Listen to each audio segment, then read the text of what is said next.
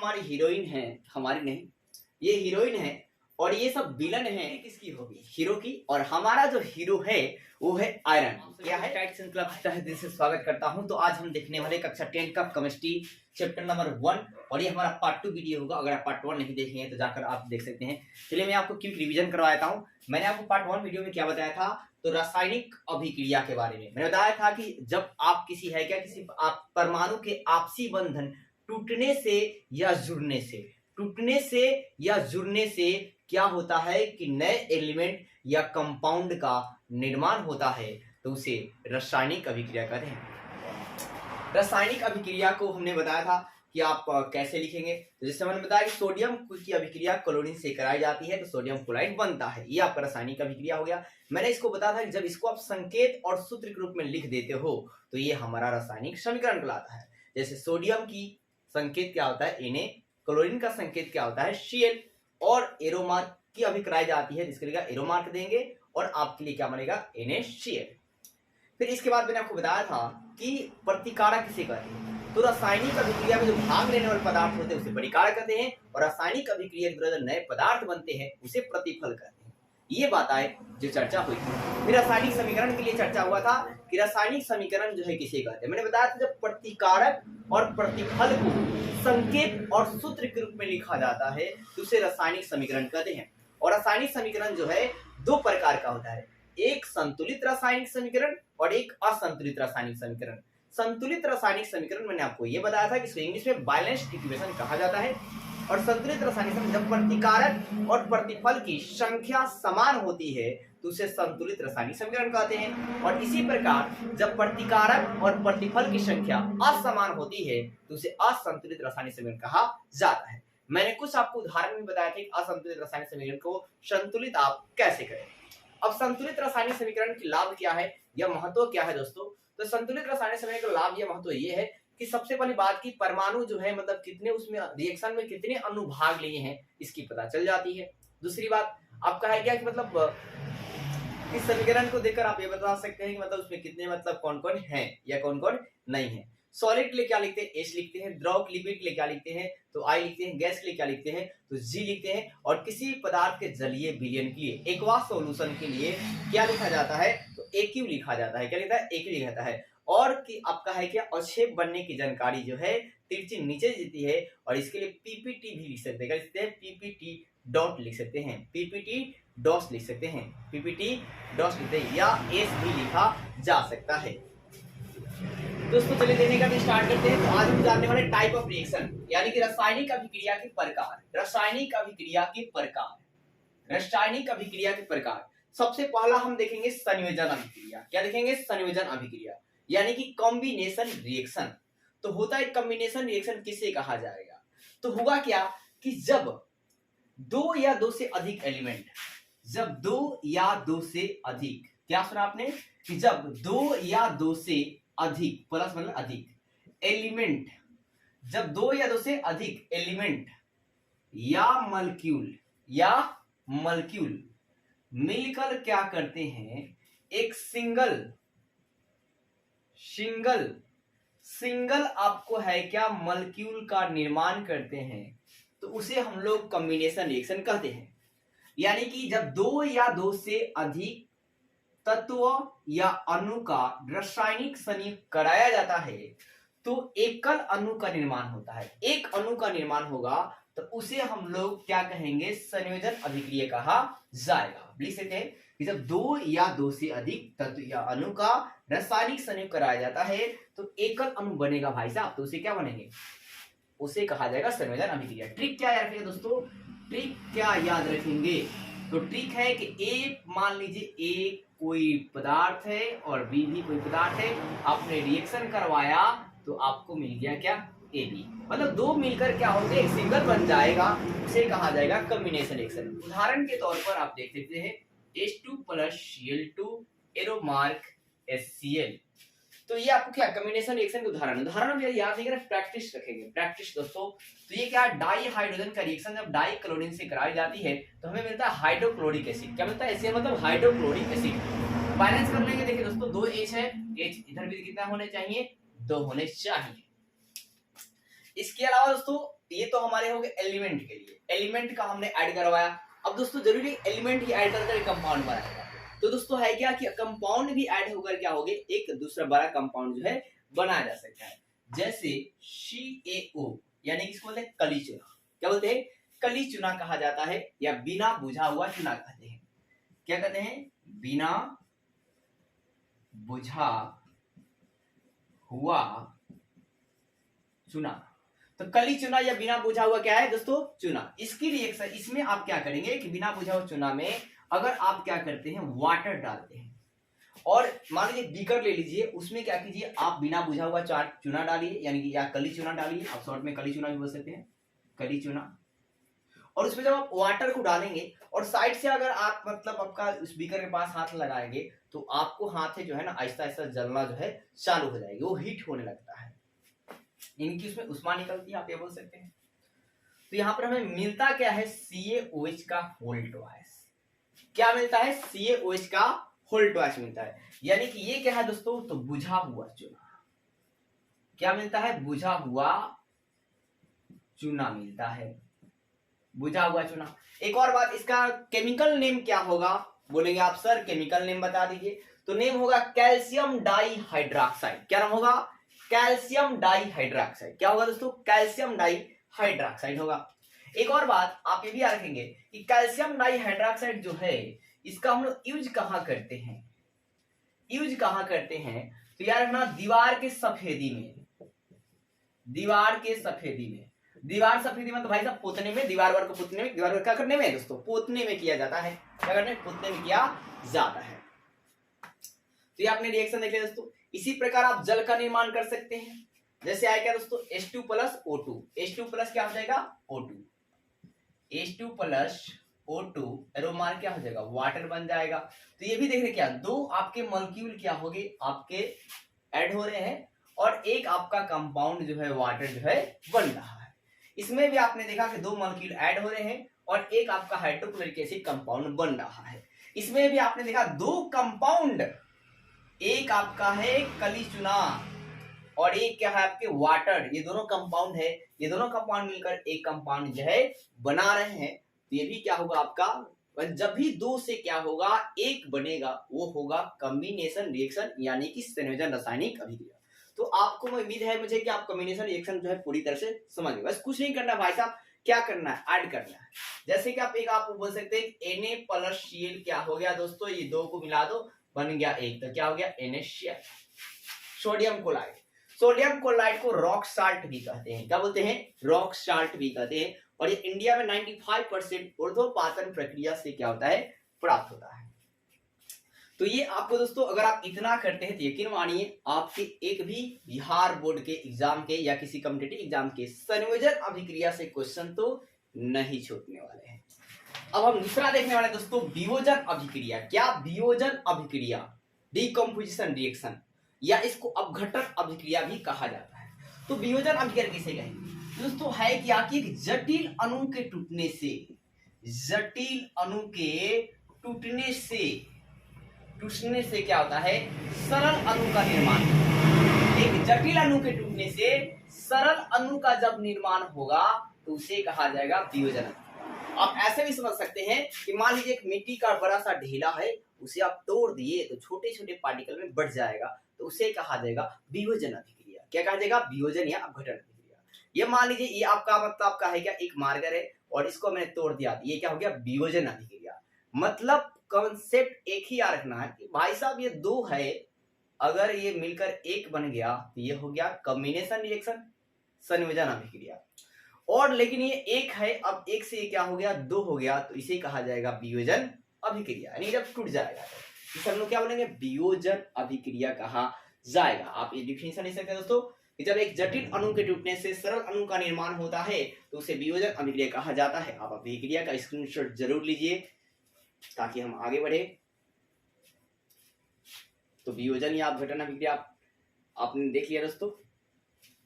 चलिए उदाहरण देखते हैं। जैसे कि अगर आपका है क्या कि देखिए ये है कैल्शियम कार्बोनेट।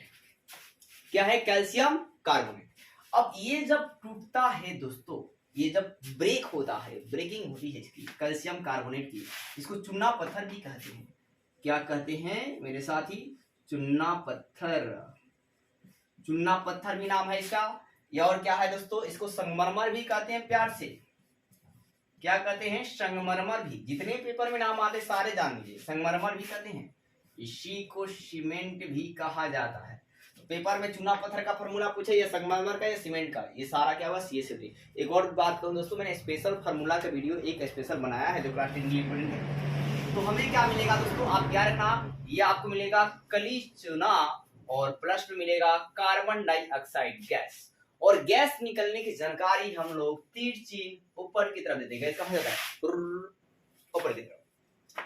तो ये हमारा है कली चुना। क्या है? अभी मैंने बताया आपको कली चुना। क्या है? कली चुना या बिना बुझा हुआ चुना। तो कैसे? अब इसमें ट्रिक क्या है दोस्तों कि आप वो ऐसा नहीं, आप बहुत सारे उदाहरण नहीं सकते हैं। ट्रिक हमारा याद रखिएगा, ट्रिक है MCO3 arrow mark MO plus CO2। अब यहाँ M का मतलब क्या है दोस्तों? M का मतलब कोई भी मेटल होगा। M का मतलब क्या होगा? मेटल होगा। जैसे आप एक और उदाहरण देख लीजिए, मैं आपको M की जगह, कैल्शियम की जगह आपको मैग्नीशियम रखकर दिखाता हूँ और मैग्नीशियम कार्बोनेट होगा, तो भी क्या करेंगे आप? डैश करके बताओ। देखो यहाँ पर कैल्शियम है तो यहाँ भी कैल्शियम है। ट्रिक क्या करते हैं? मेटल यहाँ पर, मेटल यहाँ पर भाई, ऑक्सीजन यहाँ पर, ऑक्सीजन। गैस कौन सी निकलेगी? CO2 निकलेगी। हमेशा कार्बन मोनो जब कार्बोनेट रहेगा तो हमेशा गैस CO2 निकलेगी। तो हम लोग क्या लिखेंगे? सबसे पहले MgO, ठीक है, मैग्नीशियम ऑक्साइड प्लस कौन सी गैस निकलेगी? CO2। कौन सा गैस निकलेगा दोस्तों? CO2 गैस निकलेगा। कौन सी गैस निकलेगा? CO2 गैस निकलेगा। एक प्रश्न का उत्तर आप और भी याद रखेंगे कि दोस्तों कि आपका है क्या कि मैग्नीशियम के जो रिबन होते हैं, जो मैग्नीशियम के रिबन होते हैं, उसे जलाने से पहले साफ क्यों किया जाता है? तो देखिए मैग्नीशियम का जो रिबन होता है, मैग्नीशियम का जो रिबन होता है उस पर क्या होता है दोस्तों कि मैग्नीशियम के जो आपका है क्या कपड़े, मैग्नीशियम के उस पर ऑक्साइड लगे होते हैं, जिससे क्या होता है कि जल्दी से आपका जलता नहीं है। जिससे क्या दोस्तों? वो जलता क्या है दोस्तों? नहीं। अब नहीं जलता है तो इसलिए हम उसको क्या करते हैं? सफाई करते हैं, क्लीनिंग करते हैं। और क्लीनिंग करने के बाद वो क्या होता है दोस्तों? जलना प्रारंभ करता है। तो आप इसका स्क्रीनशॉट लीजिए दोस्तों, उदाहरण वाले वियोजन अभिक्रिया का। में एकल विस्थापन अभिक्रिया करेंगे। बहुत मजेदार रिएक्शन है दोस्तों, सिंगल डिस्प्लेसमेंट रिएक्शन। तो सिंगल डिस्प्लेसमेंट रिएक्शन एक एकल विस्थापन अभिक्रिया। इसमें होता क्या है दोस्तों कि किसी कंपाउंड में से, किसी यौगिक में से या कंपाउंड में से, मैं यौगिक को कंपाउंड बोलते दोस्तों, तो किसी यौगिक या कंपाउंड में से क्या होता है? कम क्रियाशील परमाणु को अधिक क्रियाशील परमाणु के द्वारा विस्थापित कर दिया जाता है, तो उसे एकल विस्थापन अभिक्रिया कहते हैं। ये आपका डिफिनेशन आप स्क्रीनशॉट ले लीजिए कि हमने क्या बताया कि जब किसी यौगिक में से कम क्रियाशील परमाणु को अधिक क्रियाशील परमाणु के द्वारा विस्थापित कर दिया जाता है तो उसे एकल विस्थापन अभिक्रिया कहते हैं। यानी किसी कंपाउंड, इंग्लिश वर्ड में भी आप समझ लीजिए, किसी कंपाउंड को आपका है क्या कि आप बोल सकते हैं कि कम एक्टिव वाले एटम को अधिक एक्टिव वाले एटम के द्वारा डिस्प्लेसमेंट कर दिया जाता है, तो उसे सिंगल डिस्प्लेसमेंट रिएक्शन कहा जाता है। अभी सब उदाहरण के तौर पर समझिए। आप तो मूवी देखे ही होंगे, और मूवी भाई साहब हीरो हीरोइन। अब देखिए जैसे है क्या कि आपको 3 लोगों को याद रखना है, heroine, hero, villain. Hero, heroine और विलन। तो दोस्तों देखिए है क्या कि देखो भाई ये है कपर हमारी हीरोइन, हमारी नहीं फिल्म की हीरोइन है, तो ये है हीरोइन। और आपको पता है कि जब हीरोइन की एंट्री होती है तो उसके बाद किसकी एंट्री होती है? तो विलन की। यहाँ पर हमारा जो विलन है वो सल्फर है और ये बहुत ज्यादा महकता है, गंधक। सल्फर को गंधक भी कहते हैं। क्या कहते हैं? गंधक भी कहते हैं भाई साहब, क्योंकि ये बहुत ज्यादा स्मेल करता है।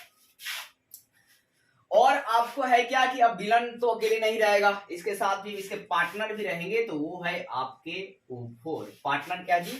O4। यानी कि पूरा नाम बोले इस कंपाउंड का तो कपर सल्फेट है, तो ये हमारे विलन है, उसके पार्टनर है, ठीक है ना। अब आपको पता है कि ये हमारी हीरोइन है, हमारी नहीं, ये हीरोइन है और ये सब विलन है, तो इसके बाद एंट्री किसकी होगी? हीरो की। और हमारा जो हीरो है वो है आयरन। क्या है? आयरन है हमारा हीरो। तो हमारा जो हीरो है भाई साहब आयरन मैन है। क्या है? आयरन। और ये जो आयरन है रिएक्शन करवाएगा, दिखेगा, ध्यान दीजिएगा आप। तो सबसे पहले आप मूवी में देखे होंगे कि सबसे पहले हीरो क्या करता है, हीरोइन को साइड करता है और विलन से फाइट करता है। क्या सुना? कि सबसे पहले हीरो क्या करता है, हीरोइन को साइड करता है और विलन से फाइट करता है। मतलब क्या होगा भाई साहब कि पहले कॉपर डिस्प्लेसमेंट हो जाएगा और ये जो आयरन है ये सल्फेट से क्या करेगा, फाइट करेगा। तो क्या बनेगा? FeSO4। क्या बनेगा? FeSO4 बनेगा दोस्तों। यानी कि आप इसको मतलब याद कैसे, मतलब ये मैंने लॉजिकली बताया दोस्तों, आप इसके मतलब टिक में याद रखेंगे कि भाई साहब यहाँ पर क्या होगा कि ये ज्यादा एक्टिव आपका एटम है और ये कम एक्टिव एटम है। तो अधिक एक्टिव एटम क्या होगा, कम एक्टिव एटम को डिस्प्लेसमेंट कर देगा, तो उसे आपका सिंगल डिस्प्लेसमेंट रिएक्शन कहा जाएगा। तो वही मैंने बताया कि किसी यौगिक है, किसी यौगिक में से परमाणु को, कम क्रियाशील परमाणु को अधिक क्रियाशील परमाणु द्वारा विस्थापित कर दिया जाता है, तो उसे आपका सिंगल डिस्प्लेसमेंट रिएक्शन कहा जाता है। आप एक इस कहावत में भी समझ सकते हैं कि मान लीजिए कि आप कहीं शादी में खाने गए हैं और आप कुर्सी पर बैठे हैं, लेकिन कोनो आया और आपसे थोड़ा बड़ियार था, ठीक है, तो वो आपकी कुर्सी से मतलब क्या बोला, आपको हटा दिया, आप वहां पर आपकी जगह पर बैठ गया। तो वो एक इंसान ने क्या किया कि आप वो क्या था, पावरफुल था, अधिक क्रियाशील था, तो वो आपको क्या किया, हटा दिया है, हटा दिया है, आपको डिस्प्लेसमेंट कर दिया। तो इसको भी कहा जाएगा सिंगल डिस्प्लेसमेंट रिएक्शन।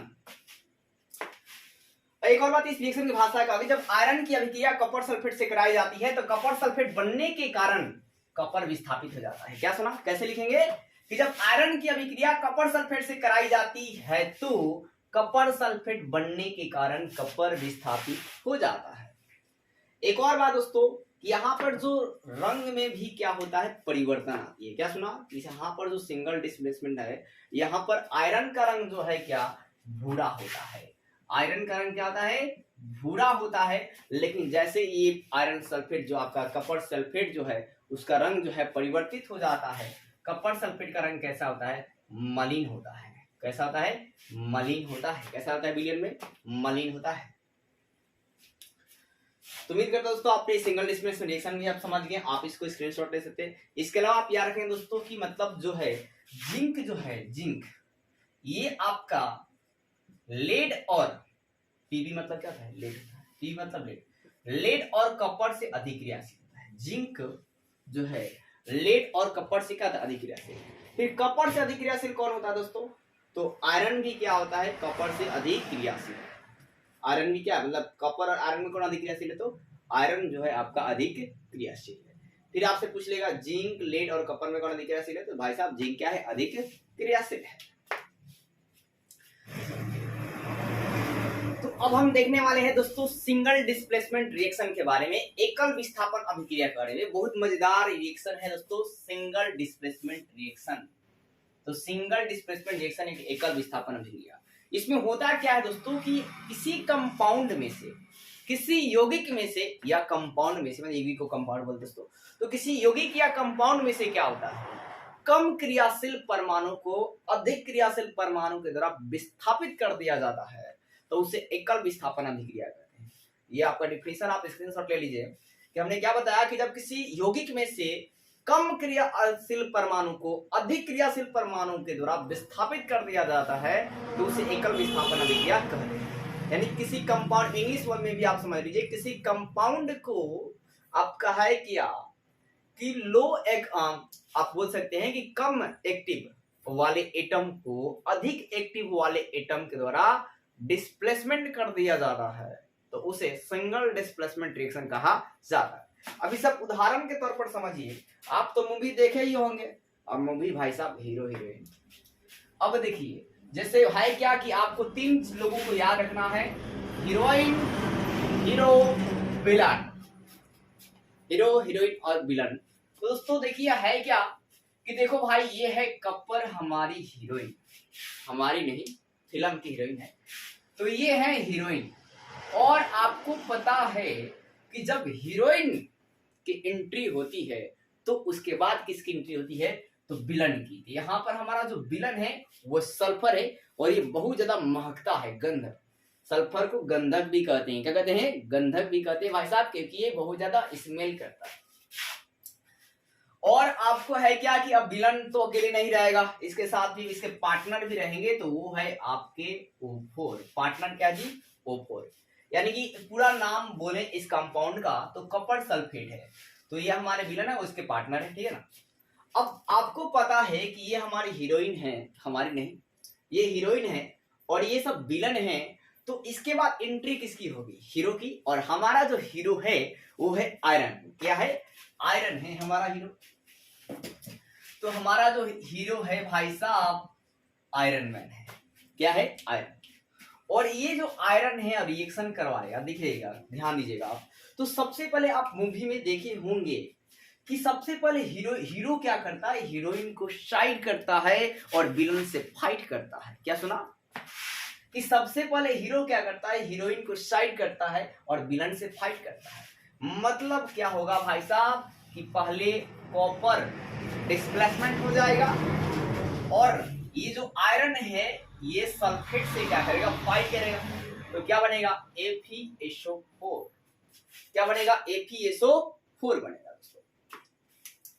यानी कि आप इसको मतलब याद कैसे, मतलब ये मैंने लॉजिकली बताया दोस्तों, आप इसके मतलब टिक में याद रखेंगे कि भाई साहब यहाँ पर क्या होगा कि ये ज्यादा एक्टिव आपका एटम है और ये कम एक्टिव एटम है। तो अधिक एक्टिव एटम क्या होगा, कम एक्टिव एटम को डिस्प्लेसमेंट कर देगा, तो उसे आपका सिंगल डिस्प्लेसमेंट रिएक्शन कहा जाएगा। तो वही मैंने बताया कि किसी यौगिक है, किसी यौगिक में से परमाणु को, कम क्रियाशील परमाणु को अधिक क्रियाशील परमाणु द्वारा विस्थापित कर दिया जाता है, तो उसे आपका सिंगल डिस्प्लेसमेंट रिएक्शन कहा जाता है। आप एक इस कहावत में भी समझ सकते हैं कि मान लीजिए कि आप कहीं शादी में खाने गए हैं और आप कुर्सी पर बैठे हैं, लेकिन कोनो आया और आपसे थोड़ा बड़ियार था, ठीक है, तो वो आपकी कुर्सी से मतलब क्या बोला, आपको हटा दिया, आप वहां पर आपकी जगह पर बैठ गया।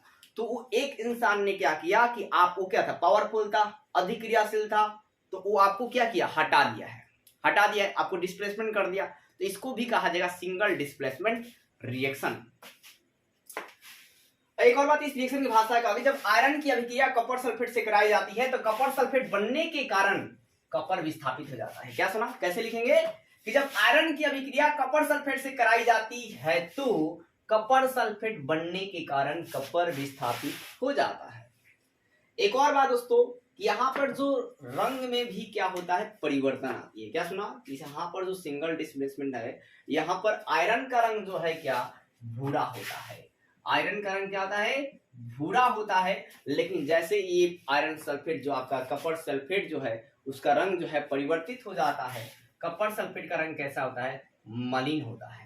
कैसा होता है, मलिन होता है। कैसा होता है, विलियन में मलिन होता है। तो उम्मीद करता हूं दोस्तों आपने सिंगल डिस्प्लेसमेंट रिएक्शन भी आप समझ गए, आप इसको स्क्रीनशॉट ले सकते हैं। इसके अलावा आप याद रखें दोस्तों कि मतलब जो है जिंक जो है, जिंक ये आपका लेड और पीबी मतलब क्या है, लेड, पी मतलब लेड, लेड और कॉपर से अधिक क्रियाशील होता है। जिंक जो है लेड और कॉपर से क्या अधिक क्रियाशील।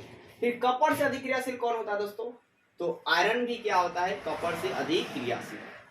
आयरन भी क्या, मतलब कॉपर और आयरन में कौन अधिक क्रियाशील है, तो आयरन जो है आपका अधिक क्रियाशील है। फिर आपसे पूछ लेगा जिंक, लेड और कॉपर में कौन अधिक क्रियाशील है, तो भाई साहब जिंक क्या है, अधिक क्रियाशील है। तो इसका आप स्क्रीनशॉट लीजिए दोस्तों। अब देखने वाले हैं दोस्तों द्विविस्थापन अभिक्रिया। क्या, द्विविस्थापन अभिक्रिया, यानी कि इसको उभय विस्थापन अभिक्रिया भी कहा जाता है। इंग्लिश में बोलते हैं डबल डिस्प्लेसमेंट रिएक्शन। क्या सुना, डबल डिस्प्लेसमेंट रिएक्शन। दोस्तों डबल डिस्प्लेसमेंट रिएक्शन में क्या होता है कि इसमें दो आयनों का आदान प्रदान होता है। अब आयन कैसे क्या होते हैं, तो पहले दोस्तों आप डिफिनेशन को लिख लो कि इसमें आपका है क्या, जिस अभिक्रिया में दो आयनों का आदान प्रदान होता है, दो आयनों का आदान प्रदान होता है, तो उसे डबल डिस्प्लेसमेंट रिएक्शन कहा जाता है। यानी कि इसे द्विविस्थापन अभिक्रिया कहते हैं, जिसमें दो आयनों का आदान प्रदान होता है, दो यौगिक अपने आयनों का आदान प्रदान करते हैं, तो उसे डबल डिस्प्लेसमेंट रिएक्शन कहा जाता है। तो आइए देखते हैं दोस्तों उदाहरण के तौर पर। तो है क्या, सबसे पहले दो कंपाउंड रहेंगे और उसमें आपके आयन अपने आदान प्रदान करेंगे। जैसे आपका है क्या दोस्तों कि अगर मैं ट्रिक की बात करूं, ट्रिक की बात करें तो यहां पर आपका ट्रिक क्या होगा कि मान लीजिए आपका एक AB है और आपके BC है, AB है और CD है, तो रिएक्शन कैसे करेगा? याद रखना मेरा ट्रिक, लॉजिकली पॉइंट याद रखेंगे। दूर वाला दूर से दोस्ती करता है, नजदीक वाला नजदीक से दोस्ती करता है। यही ट्रिक है कि दूर वाला भाई साहब दूर से करेगा, ए जो है डी से रिएक्शन करेगा और सी जो है, जो आपका सी जो है बी से रिएक्शन करेगा। किसे करेगा? सी जो है किसे करेगा दोस्तों? सी जो है किसे करेगा? सी वाला पार्टनर बी से करेगा। ए जो है डी से और सी जो है बी से, ए जो है सी से, सी जो है बी से। तो ये आपके तो ट्रिक हो गए दोस्तों। अब हम उदाहरण देखते हैं। जैसे मान लीजिए ये आपका है एक कंपाउंड सिल्वर नाइट्रेट और एक कंपाउंड है मैग्नीशियम सल्फेट। तो ये हमने आपको डिफिनेशन में बताया कि देखो ये क्या है, दो कंपाउंड, तो यहाँ पर ए क्या होगा Ag, बी क्या होगा NO3, इन आपके रेशियो है, AC क्या होगा Mg और D क्या होगा HO। तो ऐसे कर लेना है दोस्तों। कैसे करना है? तो देखो आधा रिएक्शन पेपर में नहीं रहेंगे, आधा आपको करना है।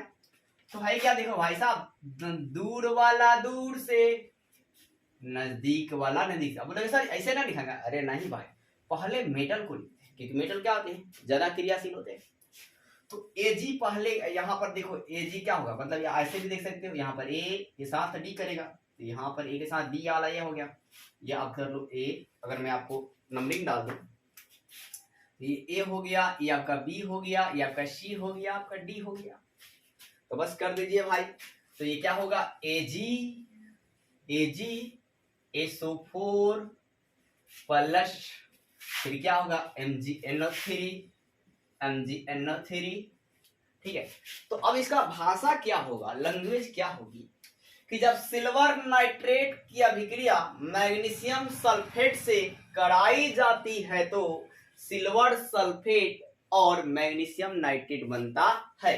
क्या सुना कि सिल्वर नाइट्रेट की अभिक्रिया मैग्नीशियम सल्फेट से कराई जाती है तो सिल्वर सल्फेट और मैग्नीशियम नाइट्रेट बनता है। बहुत ही आसान है भाषा, इक्वेशन को लिखना। अब एक जो है उदाहरण आप, मैं आधा रिएक्शन लिखता हूं, आप इसको पूरा करेंगे और साथ ही इसका भाषा भी लिखेंगे दोस्तों। कमेंट में जरूर लिखिएगा।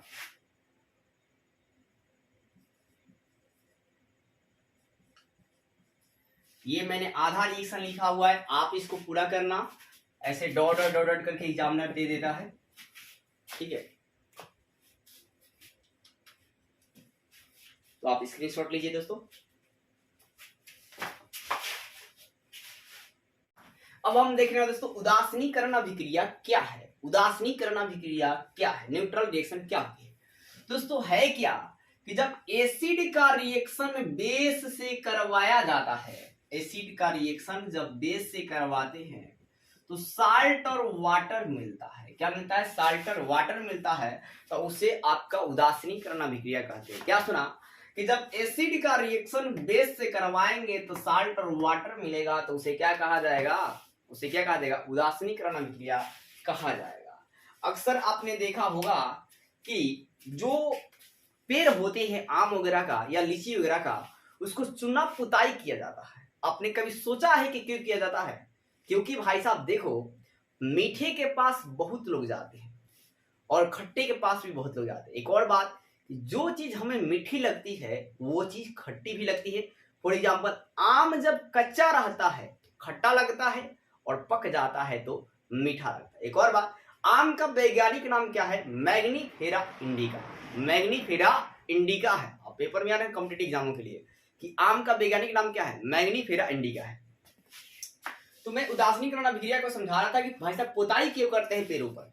तो पुताई इसलिए किया जाता है कि देखो वो जो आपका पदार्थ है, आम जो है अम्लीय है। क्या है? अम्लीय है, खट्टा लगता है, तो उसी को एसिड बोलते हैं भाई।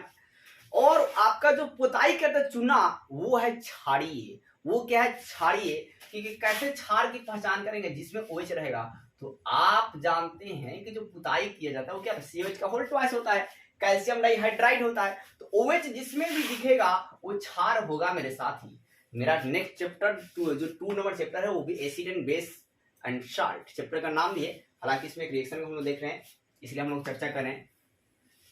तो ये हमारा क्षार जो है, तो ये आपका ऑलरेडी पेड़ के पास क्या एसिड, तो हम जो पुताई करेंगे तो क्या होगा, क्षार हो जाएगा और वहां पर क्या होगा, साल्ट और वाटर मिल जाएंगे और वो रिएक्शन क्या होगा, न्यूट्रल उदासीनीकरण अभिक्रिया हो जाएगी। अब उदासीन हो जाएगा तो जो कीड़े फतिंगे होते हैं वो उस पेड़ के पास नहीं जाएंगे। अगर आप पुताई नहीं करते हैं तो जो कीड़े फतिंगे हैं, आप देखिएगा बहुत सारे कीड़े फतिंगे छोटे छोटे एकदम बिन करते हैं, बिन, ठीक है, और वो पेड़ के पास जो है चिपकते और पेड़ों को नुकसान पहुंचाते। तो पेड़ को नहीं नुकसान पहुंचाएं इसलिए हम लोग उसमें क्या करते हैं, पुताई करते हैं, ताकि जो एसिड वाला मात्रा है वो थोड़ा क्या हो जाए, कम हो जाए। इसी प्रकार हमारे अंदर भी जब हम लोग क्या करते हैं कि जब शर्करा युक्त भोजन खाते हैं तो हमारे दांतों में भी क्या होता है, कहीं फंस जाता है एसिड की मात्रा, और वो जब 1-2 दिन हो जाता है तो दांत हमारे सड़ने की संभावना होती है। तो इसलिए हम लोग भी क्या करते हैं, दातुन से रगड़ते हैं, नीम के दातुन से। तो नीम क्या होता है, कड़वा होता है, तो एसिड भाई साहब क्या करेगा, ये खट्टा लगता है, एसिड को बेस क्या करेगा, ये बेस है, कड़वा लग रहा था क्या लगेगा, ये बेस हो गया। तो इससे क्या होगा, हमारा मुंह क्या उदासीन हो जाएगा। उदासीन मतलब भाई साहब अब हमारा जो है मुंह अम्लीय नहीं है, अब हमारा जो है मतलब खटापन नहीं आएगा, हमारी जो तबीयत जो खराब नहीं होगी, क्योंकि हमने नीम के दातुन से ब्रश किया है। या आपने एक प्रचार भी सुना होगा, क्या आपके टूथपेस्ट में नमक है? तो भाई नमक कैसा लगता है, नमक एक क्षारीय पदार्थ है, ठीक है, क्या क्षारीय पदार्थ, और एसिड और जब बेस मिलेंगे साल्ट और वाटर मिलेगा, बन जाएगा। तो ये क्या हो, उदासीनीकरण अभिक्रिया है। आइए एक एसिड का उदाहरण देखते हैं दोस्तों। सबसे बेहतरीन उदाहरण H2SO4 सल्फ्यूरिक एसिड, या आप ले सकते हैं HCl। हाइड्रोक्लोरिकम, एक बेस की बात करते हैं NaOH, जिसमें भी OH रहेगा वो क्या होता है, बेस। तो इसका नाम है हाइड्रोक्लोरिकम। HCl का NaOH का नाम है सोडियम हाइड्रोक्साइड। सोडियम हाइड्रोक्साइड या सोडा लाइम भी कहते हैं, इसे क्या बोलते हैं, सोडा लाइम या कास्टिक सोडा भी कहा जाता है। NaOH के 3 नाम है, क्या क्या नाम है, सोडियम हाइड्रोक्साइड, आप नोट करिए दोस्तों पेन लेकर, सोडियम हाइड्रोक्साइड या सोडा लाइम या कास्टिक सोडा। रिएक्शन करवाएंगे तो कभी हमें क्या मिलेगा, पहले तो वाटर बने मिलेगा भाई। वाटर का फॉर्मूला क्या होता है, H2O, और बन रहा है साल्ट, तो साल्ट का बनेगा हो, तो देखो Na और क्या हो जाएगा, Cl, NaCl साल्ट बनेगा, क्या बनेगा, NaCl साल्ट बनेगी। अब बैलेंस से कर लेते, बैलेंस इक्वेशन है कि नहीं, तो देखिए जी Na को है एगो, Na को है एगो, H को है 1 और 1 2 गो है, इधर भी H को है जी 2 गो है, और यहाँ पर Cl 1 है, इधर Cl भी कितना है जी 1 है, जाहिर सी बात है। O 1 वो है, इधर O भी कितना है, मतलब इक्वेशन क्या है दोस्तों, बैलेंस है। आप इसके अलावा और भी लिख सकते हैं, बस आपको याद रखना साल्ट और वाटर बनने चाहिए। एसिड और बेस का रिएक्शन जब आप कराओगे तो आपको क्या मिलेगा, साल्ट और वाटर, साल्ट और वाटर, साल्ट और वाटर। इसके अलावा आप एक और उदाहरण देखिए, जैसे है क्या, सल्फ्यूरिक अम्ल, और आपने करा लिया क्षार में यही, तो आपको क्या मिलेंगे, साल्ट की बात करेंगे तो Na2SO4, Na2SO4, SO4 के पास देखो आयरन जो है ना 2 है, इसलिए यहाँ पे 2 लगता है, क्या लगता है, 2 लगता है, और प्लस में यहाँ पर देखो भाई साहब हमने क्या ट्रिक क्या करती है हमारे, ये वाटर में, तो साल्ट बन गया, क्या बन गया, वाटर। अब यहाँ इक्वेशन हमारी बैलेंस नहीं है, तो हम सबसे पहले बैलेंस करेंगे। हमारे पास यहाँ Na 2 है, लेकिन यहाँ पर सिंगल है, तो यहाँ पर हम लोग क्या करेंगे, सबसे पहले 2 लगाएंगे। अब हम जैसे 2 लगाएंगे, अब देखिए हमारे पास इधर H कितना है, 2 और 2 कितना हो गया, 4, लेकिन इधर H तो 2 ही है, इधर भी क्या कर लेंगे, 2 कर लेंगे भाई। अब देखिए आपका है कि आप काउंट करिए, H 2 भाई 2 और 2 4, तो इधर भी H कितना हो गया, 4। अब आइए इधर बात करते हैं, SO4 1 है, SO4 1 है, चलिए अच्छी बात है, मतलब S 1 है, S 1 है, O4 है, O4 है। अब यहाँ पर O 2 गुना कितना हो गया, O 2, O कितना यहाँ पर 2 है, यहाँ भी O कितना हो गया 2, यानी कि इक्वेशन क्या हो गया दोस्तों, बैलेंस। तो आप स्क्रीनशॉट लीजिए दोस्तों। तो अब हम देखने वाले दोस्तों अवक्षेपण अभिक्रिया के बारे में। अवक्षेपण अभिक्रिया किसे कहते हैं, तो है क्या, जिस अभिक्रिया में अवक्षेप बनता है, जिस अभिक्रिया में अवक्षेप बनता है उसे अवक्षेपण अभिक्रिया कहा जाता है। अवक्षेप मतलब क्या होता है दोस्तों, जैसे कि मान लीजिए आपने क्या किया, पानी लिया और चीनी को घुला दिया, घटेगा नहीं भाई साहब, तो इसको बोलेंगे अवक्षेपण अभिक्रिया। क्योंकि जब आप पानी में चीनी को घुलाओगे, डालोगे, तो थोड़े से जो चीनी जो है नए घुलेगा, वो पानी के नीचे क्या होगा, जाकर बैठ जाएगा। तो जो पानी के नीचे बैठेगा उसे कहेंगे अवक्षेप। और ये पूरा जो प्रोसेस है क्या कहलाएगा, तो अवक्षेपण अभिक्रिया। क्या बताया हमने कि आपने लिया पानी, क्या लिया, एक गिलास ले लिया दोस्तों, और इस गिलास में आपने क्या किया, पानी ले लिया। क्या लिया, पानी। और इसमें क्या डाल दिया आपने, चीनी, शुगर डाल दिया आपने। क्या किया, शुगर डाल दिया, 3 चम्मच शुगर डाल दिए। और शुगर जो है आपके घुलेंगे, कुछ शुगर घुलेंगे और कुछ शुगर जाके हमारे नीचे जो है बैठ जाएंगे। तो इसको कहा जाएगा अवक्षेप। क्या कहा जाएगा, अवक्षेप कहा जाएगा, अवक्षेप कहेंगे। क्या कहेंगे, अवक्षेप। जो ई बैठल है ना नीचवा, उसे क्या कहेंगे, अवक्षेप। क्या बोलेंगे, अवक्षेप। और इस अभिक्रिया को कहा जाएगा अवक्षेपण। यानी कि जिस अभिक्रिया में अवक्षेप बनता है उसे अवक्षेपण अभिक्रिया कहते हैं। नाम पर आंसर याद रखिए, जिस अभिक्रिया में अवक्षेप बनता है उसे अवक्षेपण अभिक्रिया कहते हैं। अब अवक्षेप किसे कहते हैं, तो अगर किताबी वाली बात बताए तो जब कोई पदार्थ विलयन में पृथक हो जाता है, पृथक हो जाता है, अलग हो जाता है, तो उसे अवक्षेप कहा जाता है। हमारे तरीके में समझिए कि जब भी किसी विलयन में आप कोई पदार्थ को डालते हैं और वो पदार्थ नहीं घुलती है और नीचे जाकर बैठ जाती है, एकत्र हो जाती है, तो उसे कहा जाता है अवक्षेप। क्या कहते हैं, अवक्षेप। और जिस अभिक्रिया में अवक्षेप बनेगा उसे अवक्षेपण अभिक्रिया कहेंगे। एक और बात आप इसमें याद रखेंगे दोस्तों कि अवक्षेपण अभिक्रिया का उदाहरण, कि जो भी नाइट्रेट, ट्रिक क्या है कि जो भी नाइट्रेट और क्लोराइड की अभिक्रिया होगी वो अवक्षेपण अभिक्रिया होगी। याद रखिए, नाइट्रेट और क्लोराइड की अभिक्रिया क्या होगी, अवक्षेपण अभिक्रिया। तो उदाहरण पे समझते हैं। तो ये है सिल्वर नाइट्रेट की अभिक्रिया सोडियम क्लोराइड से कराई जाती है तो क्या बनेगा बाबू। तो मैंने बताया कि दूर वाला देखो, ठीक उभय विस्थापन वाला अपनाएंगे। तो यह एक और बात, क्या अवक्षेपण अभिक्रिया उभय विस्थापन हो सकती है, तो जी हाँ हो सकती है। बोलिए कई है, देखिए जो रूल से बनेगा वो किसका, वो रूल से बनेगा उभय विस्थापन अभिक्रिया से। इसमें 2 आयन स्थान बनेंगे, लेकिन इसमें नाइट्रेट और क्लोराइड है, इसलिए यह क्या है, अवक्षेपण अभिक्रिया, क्योंकि ये नीचे जाकर बैठ जाएंगे। और अवक्षेपण के लिए पीपीटी डॉट लिखा जाता है, या दोस्तों एस लिखे जाते हैं, या तीर चिन्ह नीचे की तरफ लिखा जाता है। तीनों में से जो इच्छा करे वो लिख सकते हैं, पीपीटी डैश या दोस्तों पीपी डॉट, या दोस्तों क्या एस या तीर चिन्ह नीचे की तरफ। तो जय माता दी। तो ये क्या हो गया, AgCl, और ये क्या होगा, NaNO3। दोस्तों AgCl लिखिएगा सिल्वर क्लोराइड, और हमने कहा कि ये Na है और ये NO3 के पास 2 चार्ज होते हैं, तो आप याद रखना Na2NO3। अब बैलेंस तो करना ही पड़ेगा दोस्तों। तो इधर Na कितने हैं, 2 हैं, इधर Na कितना है, सिंगल है, तो डबल कर लीजिए। अब जैसे Na को डबल किया आपने, Cl भी डबल हो गया, तो इधर का Cl भी डबल होना चाहिए। और जैसे कि आपने Cl को डबल किया वैसे ही इधर Ag भी डबल हो गया, और जैसे Ag डबल हुआ तो आपने Ag इधर डबल किया, तो ऐसा NO3 भी डबल हो गया। अब जब NO3 डबल हो गया तो गड़बड़ हो गई सारी खेल। तो कैसे करें भाई, तो देखिए ऐसे रिएक्शनों के लिए आप क्या करेंगे, ये देखिए। तो ऐसे रिएक्शनों के लिए हम लोग करते हैं भाई, इसमें लगाते हैं हाफ। ये 2 से 2 क्या होगा, कट जाएगा। 2 से 2 क्या होगा, कट जाएगा। तो Na जो है यहाँ पर 1 बच जाएगा, और यहाँ भी Na पर कितना है, 1। ये थी आपके बेहतर एक कंसेप्ट, एक नया चीज आपको सीखने के लिए मिला कि अगर यहाँ पे 2 है भाई, हाफ लगाओगे खत्म हो जाओगे, ये खत्म हो जाएगा ये। तो उदाहरण नोट कर लीजिए दोस्तों।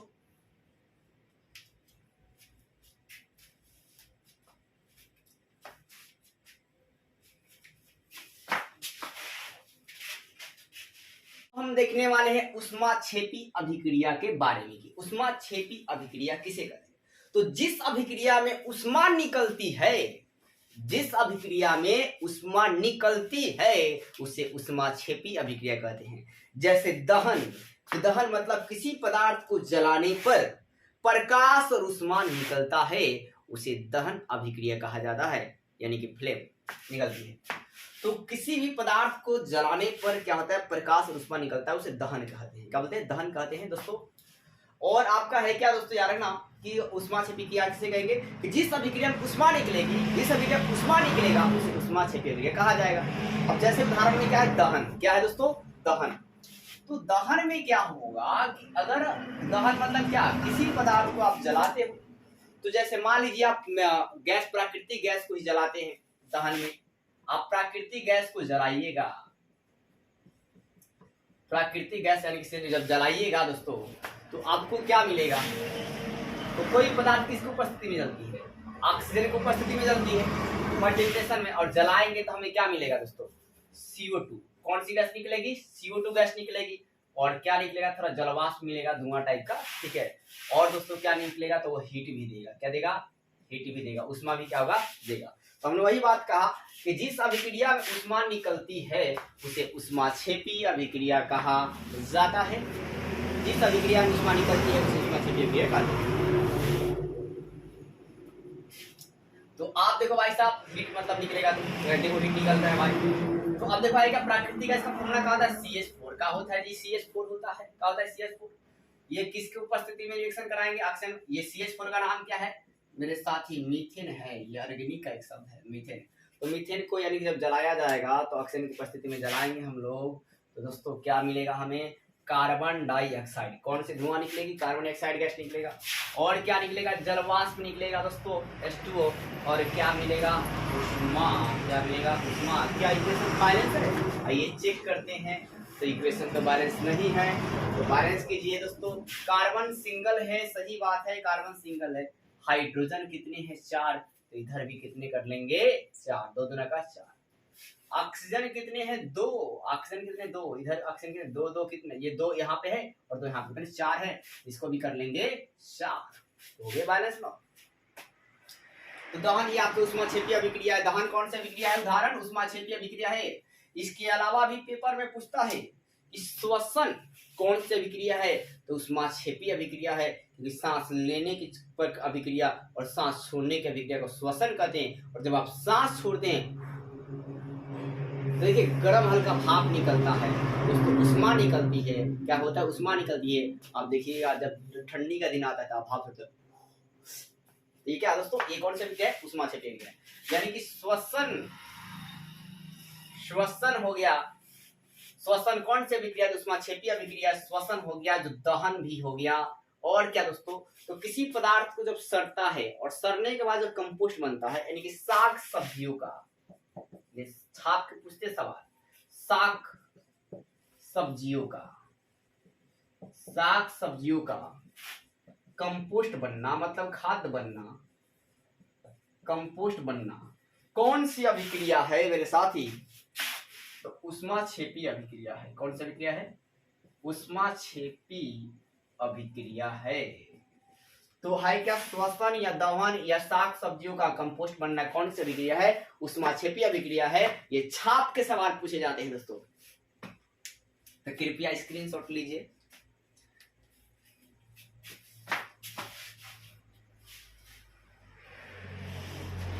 तो आप स्क्रीनशॉट दोस्तों ले लीजिए।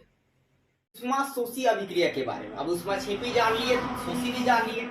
देखिए जिस अभिक्रिया में ऊष्मा का शोषण होता है, शोषी मतलब शोषण, शोषी मतलब शोषण, तो जिस अभिक्रिया में ऊष्मा का शोषण होता है उसे ऊष्माशोषी अभिक्रिया कहते हैं। क्या कहते हैं, ऊष्माशोषी अभिक्रिया कहते हैं। जैसे में दोस्तों कुछ नहीं करना है, जैसे आपका है क्या, कार्बन और ये हो गया ऑक्सीजन, और ये आपका है क्या, ऊष्मा के उपस्थिति में क्या होगा, ये जलेगा और मिलेगा क्या, CO2। तो इसे कहा जाएगा दोस्तों ऊष्माशोषी अभिक्रिया। तो जो भी ऊष्मा का आपका तीर चिन्ह के पहले अगर ऊष्मा रिएक्शन में लिखा हुआ है तो आप याद रखेंगे ऊष्माशोषी अभिक्रिया। क्या याद रखेंगे, कौन सी अभिक्रिया है, ऊष्माशोषी अभिक्रिया, ऊष्माशोषी अभिक्रिया है। कौन सा अभिक्रिया है, ऊष्माशोषी अभिक्रिया। तीर चिन्ह के पहले ऊष्मा लिखा होगा तो ऊष्माशोषी, और तीर चिन्ह के बाद ऊष्मा लिखा होगा तो ऊष्माक्षेपी, ऊष्माक्षेपी। हम देखने वाले हैं दोस्तों ऑक्सीकरण अभिक्रिया के बारे में। इसको इंग्लिश में ऑक्सीडेशन रिएक्शन कहा जाता है। हिंदी में एनसीईआरटी में उपचयन अभिक्रिया भी कहते हैं। तो ऑक्सीकरण अभिक्रिया में क्या होता है कि ऑक्सीजन इंक्रीज होता है, ऑक्सीजन क्या होता है इंक्रीज होता है और हाइड्रोजन डिक्रीज होता है, यानी कि आप बोल सकते हैं ऑक्सीजन जो है इसमें जुड़ जाता है। ऑक्सीकरण अभिक्रिया में ऑक्सीजन का क्या होता है जुड़ जाता है, ठीक है ना, ऑक्सीजन में वृद्धि होती है, यानी कि जिस अभिक्रिया में ऑक्सीजन में वृद्धि होगी उसे ऑक्सीकरण अभिक्रिया कहेंगे, ठीक है ना, यानी जिस अभिक्रिया में ऑक्सीजन की वृद्धि होती है हाइड्रोजन का क्या होता है त्याग होता है, हाइड्रोजन क्या होता है दोस्तों त्याग होता है, तो उसे ऑक्सीकरण अभिक्रिया कहते हैं। एक और बात याद रखना कि जिस अभिक्रिया में इलेक्ट्रॉन का त्याग होता है, जिसमें इलेक्ट्रॉन का त्याग होता है तो उससे भी ऑक्सीकरण अभिक्रिया कहते हैं। इलेक्ट्रॉन का त्याग होगा तो उससे भी क्या कहा जाएगा ऑक्सीकरण अभिक्रिया कहा जाएगा। अब दोस्तों उदाहरण पे समझते हैं ऑक्सीकरण अभिक्रिया कैसे पहचान करेंगे। तो कोई भी मान लीजिए मेटल हो, अगर वो ऑक्सीजन से रिएक्शन कर लेता है तो उसे ऑक्सीकरण अभिक्रिया कहा जाएगा। क्या कहा जाएगा ऑक्सीकरण अभिक्रिया। ये कौन से भी उदाहरण हो गया ऑक्सीकरण अभिक्रिया का दोस्तों उदाहरण हो गया, एक ट्रिक है हमारा। अब कोई मेटल ले लीजिए, जैसे मेटल का नाम मैंने आपको याद रखा था, मान लीजिए मैग्नीशियम हो गया, ऑक्सीजन से रिएक्शन करवाइएगा तो क्या मिलेगा MgO मिलेगा, क्या मिलेगा MgO। इक्वेशन सर जी बैलेंस नहीं है, बैलेंस कर दीजिए। तो ये देखिए O कितने हैं 2, इधर O कितने हैं 1, तो सिंगल है तो क्या कर लेंगे डबल। अब जैसे डबल किया Mg 2 हो गया, इधर भी Mg क्या कर लेंगे, तो इक्वेशन क्या हो गया बैलेंस। लेकिन सर क्या है कि यही उदाहरण है जी नहीं, तो Zn ले लीजिए, जिंक धातु ले लीजिए, ऑक्सीजन ले लीजिए, तो क्या बनेगा जेनेनो, इसका नाम होगा जिंकाइट या जिंक ऑक्साइड। अब दोस्तों है क्या दोस्तों, यहाँ पर देखो मेटल है, ऑक्सीजन से ऐड हो गया, ऑक्सीजन ऐड हो जाएगा इंक्रीज हो जाएगा, तो उसे क्या बनेगा ऑक्सीकरण अभिक्रिया, क्या कहेंगे ऑक्सीकरण अभिक्रिया या उपचयन अभिक्रिया कहा जाएगा। और एक और उदाहरण मैंने बताया कि जब किसी एलिमेंट से इलेक्ट्रॉन का त्याग होता है तो उसे ऑक्सीकरण अभिक्रिया कहते हैं। तो जैसे कि आप उदाहरण से समझेंगे मेरे साथ ही, जैसे है क्या सोडियम। एक और बात, इलेक्ट्रॉन का त्याग कौन करते हैं, जितने भी मेटल्स होते हैं वो सारे इलेक्ट्रॉन का त्याग करते हैं। क्या सुना, जितने भी मेटल्स होते हैं वो सब इलेक्ट्रॉन का त्याग करते हैं। तो ये सोडियम एक मेटल है, ये क्या करेगा इलेक्ट्रॉन का त्याग करेगा। कितने इलेक्ट्रॉन का त्याग करेगा, एक इलेक्ट्रॉन का, किसके बाहरी कक्षा में एक, जितने बाहरी कक्षा में होंगे उतने इलेक्ट्रॉन का त्याग, ये एक इलेक्ट्रॉन को क्या करता है त्याग करता है, इस पर क्या होंगे एक प्लस चार्ज आ जाएगा। तो देखो भाई साहब इतना बड़ी का मतलब मरम्मत नहीं करनी है, आपको ऐसे दिए रहेंगे, बता पूछेगा कौन सी अभिक्रिया है। तो देखो जब आपका प्लस साइन दिखेगा मार देना ऑक्सीकरण, प्लस साइन दिखेगा तो क्या कर देना ऑक्सीकरण, अब माइनस साइन दिखेगा तो मार देना भाई अवकरण, माइनस दिखेगा तो अवकरण। अब प्लस माइनस दोनों दिखेगा तो हो जाएगा आपका रिडक्स अभिक्रिया, ऑक्सीकरण अवकरण अभिक्रिया या उपचयन अपचयन अभिक्रिया। तो चलिए अब हम लोग देखते हैं अवकरण को, आप लोग स्क्रीनशॉट बैक करके ले रहिए। तो अब देखते हैं दोस्तों है क्या अवकरण अभिक्रिया या इसको अपचयन अभिक्रिया भी कहा जाता है, रिडक्शन रिएक्शन कहते हैं दोस्तों। तो है क्या जिस अभिक्रिया में हाइड्रोजन का संयोग और ऑक्सीजन का वियोग होता है, संयोग मतलब हाइड्रोजन जुड़ता है और हाइड्रोजन जो है हाइड्रोजन का जुड़ता है और ऑक्सीजन लॉस होता है, ऑक्सीजन का त्याग हो जाता है, तो उसे हम लोग अवकरण अभिक्रिया कहते हैं। या आप ये भी बोल सकते हैं कि जिस भी एलिमेंट से इलेक्ट्रॉन को ग्रहण किया जाता है, कि जब कोई एलिमेंट इलेक्ट्रॉन का ग्रहण करता है, जब कोई तत्व इलेक्ट्रॉन का ग्रहण करता है तो उसे अवकरण अभिक्रिया कहते हैं। अब उदाहरण पे समझते हैं कि जैसे मान लीजिए दोस्तों कि आपका है क्या कि कोई मान लीजिए आपका एक मेटल तो अधातुएं इलेक्ट्रॉन का ग्रहण करती है, ये क्या हो गया जैसे क्लोरीन, क्लोरीन की परमाणु संख्या कितनी होती है 17 होती है, इसका इलेक्ट्रॉन मास निकालिएगा 2 8 7, बाहर में 7 है। तो कई देखा क्लोरीन जो है ना देता नहीं, दान में नहीं देता, जितने भी नॉन मेटल होते हैं दान में देते बल्कि कर्जा लेते हैं, भाई कर्जा ले लो, 1 रुपये कर्जा लेते हैं ये किसी से, और ये दोस्तों आपका है क्या इन पर क्या आता है माइनस चार्ज, क्या आता है माइनस चार्ज। इसे कौन से अभिक्रिया कहेंगे अवकरण अभिक्रिया कहेंगे, कौन से कहेंगे अवकरण अभिक्रिया। जिस अभिक्रिया में क्या होगा कि माइनस आपको दिखाई देगा तीर चिन्ह के बाद उसे आप अवकरण टिक लगा देंगे, और जिसमें माइनस प्लस दोनों दिखाई देगा उसे रिडक्स अभिक्रिया कहेंगे, क्या कहेंगे रिडक्स अभिक्रिया। तो आइए जानते हैं रिडक्स अभिक्रिया, रिडक्स अभिक्रिया या ऑक्सीकरण उपचयन, ऑक्सीकरण अवकरण अभिक्रिया या उपचयन अपचयन अभिक्रिया। तो जिस अभिक्रिया में ऑक्सीजन का संयोग होगा और हाइड्रोजन का भी वियोग भी होगा तो उसे कहा जाएगा आपका ऑक्सीकरण अवकरण अभिक्रिया। आप ये बोल सकते हैं कि जिस अभिक्रिया में इलेक्ट्रॉन का त्याग और ग्रहण दोनों होता है उसे ऑक्सीकरण अभिक्रिया कहते हैं। या आप ये भी कह सकते हैं कि जिस अभिक्रिया में एनसीईआरटी के अकॉर्डिंग कि जिस अभिक्रिया में ऑक्सीकरण और अवकरण एक साथ होती है, सबसे बेहतर डिफिनेशन है, जिस अभिक्रिया में ऑक्सीकरण और अवकरण एक साथ होती है उसे रेडॉक्स अभिक्रिया कहा जाता है, अपचयन अपचयन अभिक्रिया कहा जाता है, या ऑक्सीकरण अवकरण अभिक्रिया कहा जाता है। तो जिस अभिक्रिया में ऑक्सीकरण और अवकरण दोनों एक साथ होगा या उपचयन अपचयन दोनों एक साथ होगा उसे जो है रेडॉक्स अभिक्रिया कहा जाएगा। जैसे कि आप उदाहरण से समझिए दोस्तों रेडॉक्स अभिक्रिया का, तो है क्या दोस्तों, देखो ZnO ये क्या होगी ऑक्सीकरण, ये तो हो गया ना ऑक्सीकरण, ये जुड़ा हुआ है। अब यहाँ पर आपका है क्या कि रिएक्शन करा दिया कार्बन से, तो क्या मिलेगा Zn, यहाँ से Zn ये CO जो है रिएक्शन कर लेगा, CO O से रिएक्शन कर लेगा और बना लेगा CO। तो आप यहाँ पर देखिए कि यहाँ पर क्या हो रहा है कि जिंक ऑक्साइड से जिंक ऑक्साइड से क्या हो रहा है, ऑक्सीजन का यहाँ पर त्याग हो जा रहा है, लस हो जा रहा है। ऑक्सीजन का जब लस होगा तो उसे कहेंगे अपचयन अभिक्रिया। कौन सी अभिक्रिया? अपचयन। इसमें ऑक्सीजन में जब त्याग होगा तो उसे क्या कहेंगे? ऑक्सीजन। अब यहाँ पर देखिए कि यहाँ पर ऑक्सीजन आपका जुड़ रहा है, यहाँ पर ऑक्सीजन क्या हो रहा है? जुड़ रहा है कार्बन से, तो ये क्या हो गया? उपचयन अभिक्रिया। क्या हो गया? उपचयन अभिक्रिया। क्या हो गई? उपचयन अभिक्रिया। और हमने कहा कि जब उपचयन मतलब ऑक्सीकरण और अपचयन मतलब दोस्तों क्या होता है? अपचयन मतलब तो अवकरण।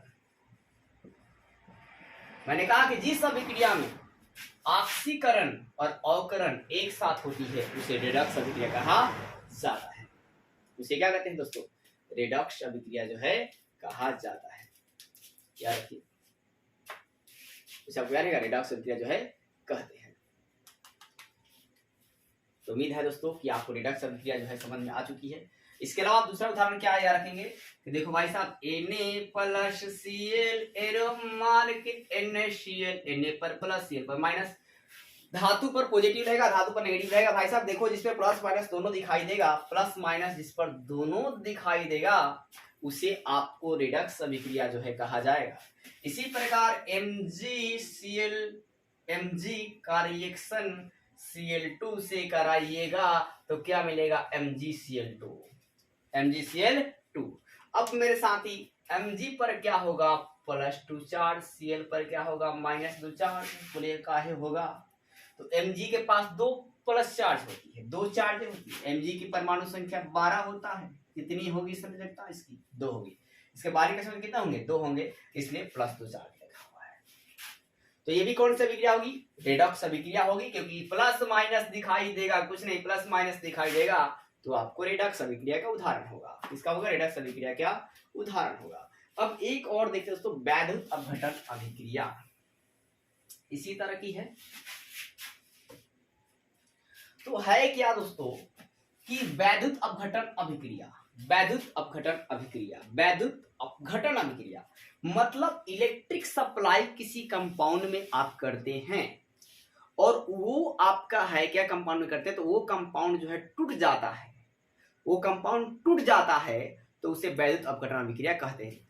तो है क्या कि जब किसी यौगिक में या जब किसी यौगिक के जलीय विलयन में विद्युत धारा प्रवाहित की जाती है, विधारा प्रवाहित की जाती है, तो यौगिक जो है टूट जाता है, ब्रेक हो जाता है, तो उसे वैद्युत अपघटन कहते हैं, वैद्युत अपघटन अभिक्रिया कहते हैं। अब देखिए ब्रेक होगा तो क्या होगा दोस्तों? तो जैसे मान लीजिए आपका NaCl है, NaCl का विलयन, अब इसमें हमने किया विद्युत धारा सप्लाई, तो हमें क्या मिलेगा? Na+Cl। Na+ क्या होगा? Cl। लेकिन Na जो है कहां पर प्राप्त होगा, Cl जो है कहां पर प्राप्त होगा, ये सबसे बड़ी बात है। तो Na पर है क्या भाई साहब? क्या प्लस चार्ज। Na पर क्या उत्पन्न हो जाएगा? प्लस चार्ज होगा। मतलब आपका है कि सोडियम क्लोराइड में जब विद्युत धारा प्रवाहित की जाती है तो सोडियम पर धनायन और क्लोरीन पर ऋणायन उत्पन्न हो जाते हैं। क्लोरीन पर क्या उत्पन्न हो जाते हैं? ऋणायन उत्पन्न हो जाते हैं। इसी प्रकार आप एक उदाहरण में बता दीजिए मेरे साथी, एक और मैं बताता हूँ, बहुत ही आसान है, कुछ नहीं है ये सब। जैसे आपका है क्या, मान लीजिए कि Cl है, इसमें विद्युत धारा प्रवाहित करेंगे तो K पर क्या होगा प्लस चार्ज और प्लस Cl पर क्या हो जाएगा माइनस चार्ज। तो इसे भी कहा जाएगा वैद्युत अपघटन अभिक्रिया। क्या कहें वैद्युत अपघटन अभिक्रिया बोलेगा सर क्या इसको हम लोग रेडक्स नहीं कहेंगे? तो कहेंगे ना ही कहेंगे। काहे नहीं कहेंगे? क्योंकि देखो इसके पहले रेडक्स बताया था ना तो एक के जगह था प्लस माइनस एक जगह, लेकिन ये का अलग अलग है भाई साहब। जब हमने कहा कि किसी कंपाउंड में आप विद्युत धारा प्रवाहित करते हैं तो वो क्या होता है कंपाउंड ब्रेक हो जाता है, टूट जाता है, तो उसे वैद्युत अपघटन अभिक्रिया कहते हैं। ठीक है, ये टूट गया है लेकिन वो क्या था एक ही साथ था, प्लस का था एक ही साथ था। एक उदाहरण आप कमेंट कर देंगे दोस्तों कोई सा भी। तो इसी के साथ जो आपका है क्या टोटली रिएक्शन जो है हमारे समाप्त होते हैं। वीडियो कैसी लगी कमेंट कर जरूर बताइए। अगर आपको ये वीडियो अच्छी लगती है तो वीडियो को ज्यादा शेयर कीजिए ताकि हमारा मनोबल बढ़ा रहे और आपके लिए इस तरह का ही बेहतर कंटेंट का वीडियो जो है लेकर आऊं हिंदी प्लस इंग्लिश दोनों में। मैं आपको हिंदी में और इंग्लिश दोनों में समझाने का प्रयास कर रहा हूं दोस्तों। और आप जो है इंग्लिश वाला स्क्रीनशॉट लेकर अगर आप सीबीएसई में है तो इंग्लिश वाला लेकर स्क्रीनशॉट पढ़ सकते हैं। तो आज का हमारा मतलब टॉपिक जो है यहीं पर समाप्त होने से पहले मेरा एक प्रश्न है दोस्तों कि आपको इस सवाल का कमेंट कर जवाब देना है कि आपके है क्या मैग्नीशियम के फीते को साफ क्यों किया जाता है? मैग्नीशियम फीते को साफ जो है क्लीन जो है क्यों करते हैं? आपको जलाने से पहले क्लीन क्यों करते हैं? एक और बात बताओ कि मैग्नीशियम के फीते को अगर आप जब जलाते हैं तो उसमें जो आपका है क्या कि जो कलर निकलेगी वो चमकीले कलर निकलती है। जलाने के बाद क्या होता है चमकीला कलर जो है निकलती है। तो सब साफ कर देते हैं ना, जो ऑक्साइड की परत होती है वो हट जाती है। मैं चलिए आपको समझाता हूँ, आप इसको लिख लेना दोस्तों कि मैग्नीशियम की फीता को आपको जलाने से पहले साफ किया जाता है क्योंकि इस पर ऑक्साइड की परत जो है चढ़ी रहती है। अब साफ करते हैं तो ऑक्साइड की परत हट जाती है और जलाते हैं भाई साहब तो क्या होता है कि श्वेत जलाने पर वो चमकीला जो है फ्लेम निकलती है। ठीक है, पूरा चमकीला जो है आपको मतलब चमकीला दिखाई देता है। ठीक है ना, जलाने पर मैग्नीशियम आपको जलाकर मैं शॉर्ट वीडियो में आपको दिखाऊं दोस्तों कभी। और है क्या आप जैसे कि अभी पिक्चर में देख सकते हैं लेकिन और जब जलाने के बाद जो बने मिलेगा वो कैसा हो दोस्तों श्वेत में रहेगा। वो क्या रहेगा श्वेत रहता है। कैसा रहता है श्वेत रहता है। कैसा रहता है श्वेत रहता है। इसी प्रकार आप ये भी रखना कि सोडियम को कहाँ डिबो कर रखते हैं तो सोडियम को क्रियोसिन तेल में डिबो कर रखा था। ये भी बहुत ज्यादा वीवीआई ऑब्जेक्टिव है कि सोडियम को क्रियोसिन तेल में डिबो कर रखते हैं। क्यों रखते हैं? क्योंकि यह वायु के संपर्क में आते ही क्या करता है आग पकड़ लेता है और केरोसिन तेल में ऑक्सीजन की उपस्थिति नहीं होती है इसलिए वहां पर हम लोग रखते हैं तो वहां पे आग क्या होता है नहीं पकड़ता है। तो सोडियम केरोसिन तेल में डुबोकर रखा जाता है क्योंकि केरोसिन तेल में या मिट्टी के तेल में ऑक्सीजन नहीं पाए जाते हैं और वो आपको उसमें आग जो है नहीं लगता है। लेकिन सोडियम वायु के संपर्क में जैसे आएगा वो आग क्या होगा पकड़ लेगा। इसी प्रकार उसको चाकू से किसे काटा जा सकता है? तो सोडियम लिथियम और पोटेशियम को चाकू से काटा जाता है। चाकू से काटा जाता है। इसके अलावा सोडियम जो है ये भी चमकीला लाइट देता है। ये भी कैसा लाइट देता है चमकीला। सोडियम मैग्नीशियम ये सब कैसे लाइट देते हैं तो चमकीले लाइट देते हैं। तो वीडियो दोस्तों अच्छी लगी होगी तो वीडियो को आप जरूर ज्यादा शेयर करें दोस्तों ताकि हमारा मन बढ़े रहे। दोस्तों जय हिंद जय भारत।